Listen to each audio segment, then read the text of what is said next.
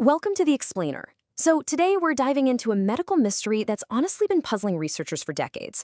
Why is it that some people's brains seem to age so gracefully, keeping all that sharpness and volume, while others actually shrink and experience cognitive decline? Now, we all kind of know that physical health affects the brain, right? But there's a groundbreaking new study that completely flips the script on exactly how that connection works. Let's get right into it because what this data shows is going to absolutely change how you look at your body and honestly your long-term brain health. Think about this. What if saving your brain isn't just about losing weight, but losing where you carry it? I mean, for years we've been told, just lose weight, lower your BMI, and you'll stay healthy as you get older. But it turns out just stepping on your standard bathroom scale, that might not be giving you the real picture of your brain's future. The wild paradox here is that it's not really about the total number on the scale. It's actually about the exact location of that fat. To really grasp this, we've got to define our main suspect here, visceral fat. Now wait, this is not that superficial, pinchable fat right under your skin. That's subcutaneous fat. Visceral fat is the deep abdominal fat. It literally wraps itself around your internal organs, deep inside your belly. And it is incredibly active metabolically. As we're about to see, this deep fat has a direct and frankly a pretty alarming line of communication straight to your brain. Section 1. Inside the Breakthrough Study. So researchers at Ben-Gurion University, teaming up with Harvard, cracked this biological puzzle using a staggering 16 years of follow-up data. In clinical research, longitudinal data stretching over that amount of time is an absolute goldmine. We're not talking about a quick snapshot of a few weeks or something. They tracked these folks through late midlife for over a decade and a half to see exactly how their bodies and brains were changing together over the long haul. And they didn't just track, a dozen people. 533 men and women participated. These individuals were actually part of 4 major, really long-term dietary clinical trials. Getting over 500 people to commit to this level of rigorous tracking, it gives the data an incredibly solid foundation. Basically, it means the patterns we're looking at aren't just flukes, they're hard biological realities. The way they tracked everything was just brilliant, absolutely rigorous. No guesswork here. They used repeated MRI scans of the brain to literally measure its physical volume.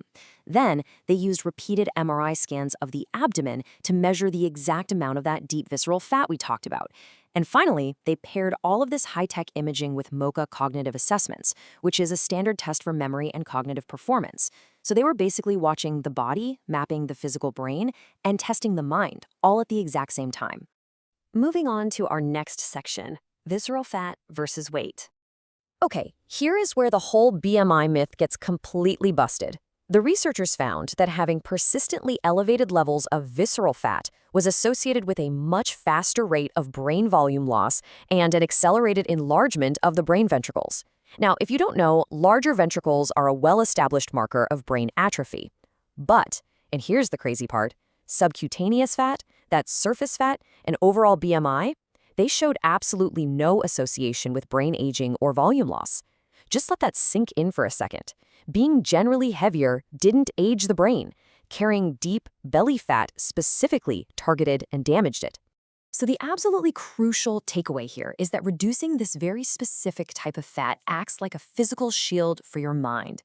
Over time, shedding visceral fat actually preserves your total brain volume. It preserves your gray matter, and amazingly, it preserves what they call the hippocampal occupancy score.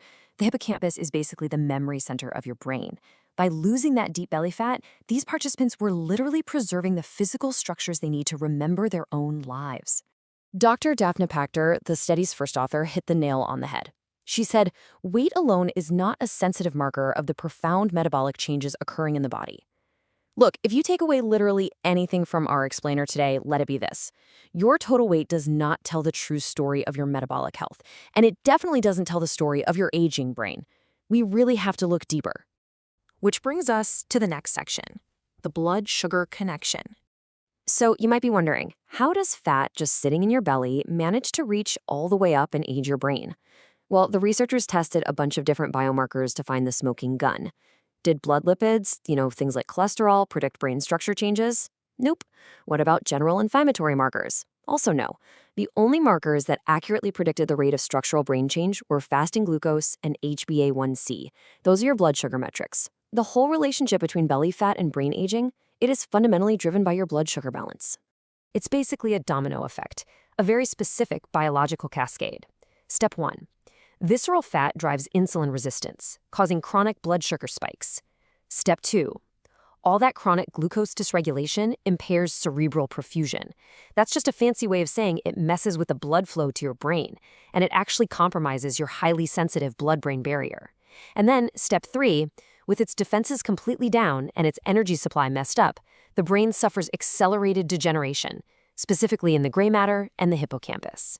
It's quite literally a direct line from your belly to your blood sugar straight to your brain cells. All right, let's talk about solutions in this next section, protecting your brain.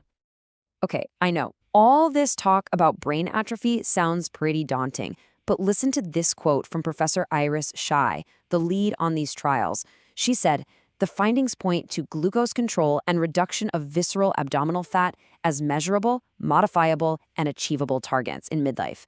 Modifiable and achievable. Honestly, that's incredibly empowering, right? Fighting off cognitive decline isn't just about crossing your fingers and hoping you won the genetic lottery. It is entirely within our control through specific, targeted lifestyle changes that you can make right now.